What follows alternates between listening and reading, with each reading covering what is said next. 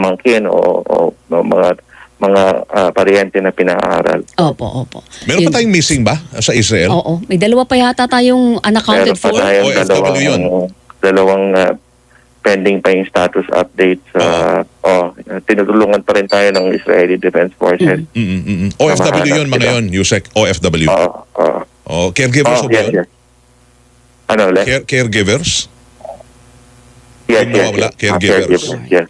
Okay. Sana hoy may update tayo doon. Ano? Yusek, kami Sana makikipag-ugnayan po ulit ligtas. sa Thank inyo you. habang umuusad ang panahon dahil mukhang matagalan itong ating pagbabantay sa kalagayan ng ating mga OFWs at mga migrant Filipinos na rin dyan po sa Israel, At saka Lebanon at saka dyan sa may Gaza area. Maraming salamat po at pahinga din kayo, Yusek, ha? Thank you, Yes, Yusek. salamat Sir Weng, Ma'am Weng, sa inyong tagapakinig sa kapanood. Salamat Thank po. you. Maraming salamat po.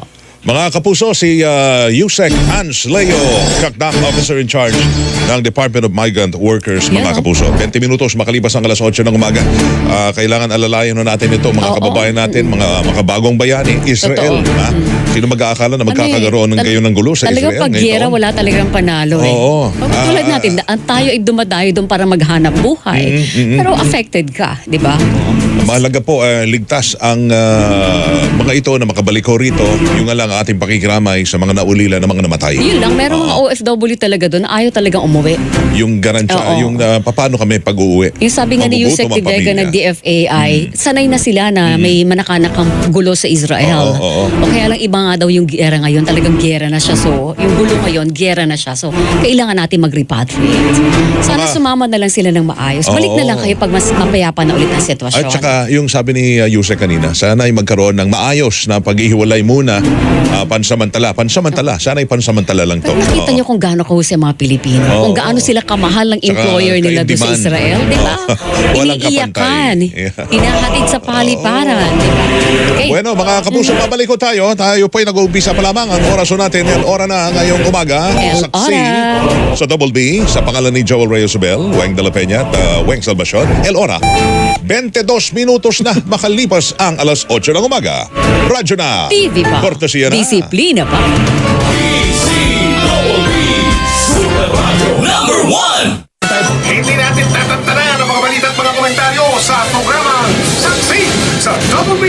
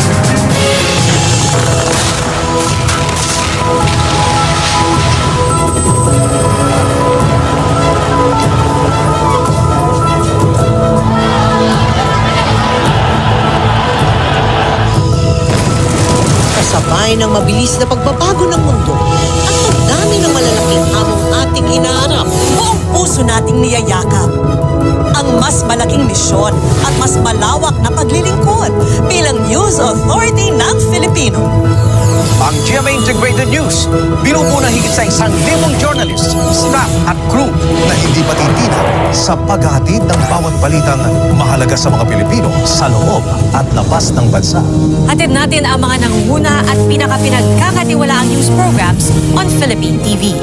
Mula umaga hanggang gabi, ang ating pagbabantay para makarating sa ating mga kababayan ang impormasyong gagabay sa ating pang-araw-araw na buhay. Hatid din ng GMA Integrated News ang pinakamaraming regional newscasts in local languages. Kaya tiyak na maaabot ng ating pagbabalita ang lahat ng panig ng bansa. Ang ating Super Radyo nationwide, sinisiguradong una tayo sa paghatid ng headlines, breaking news at mga special coverage. We've got everything covered online at tinitiyak naming napapanahon, malinaw at totoo ang balitang inyong mapapanood at mababasa anumang oras. Ang News Authority ng Filipino. Mas pinalakas at pinalawak pa. Ang paglilingkod sa bayan. Buong buo ang puwersa. Sa pagbabantay at pagbabalita. Hindi matitinag. Sa anumang hamon ng panahon. Nararatiling tapat at sinasang-ayunan sa telebisyon, radyo at online. Hatid ang pinakamalalaking balita at istorya ng Pilipino sa mundo. Mas malaking misyon, mas malawak na paglilingkod sa bayan. Karangalan po naming lahat na maging bahagi ng pinakamalaki at pinakapinagkakatiwalaang news organization sa bansa. Ito ang GMA Integrated News. Ang News Authority ng Filipino.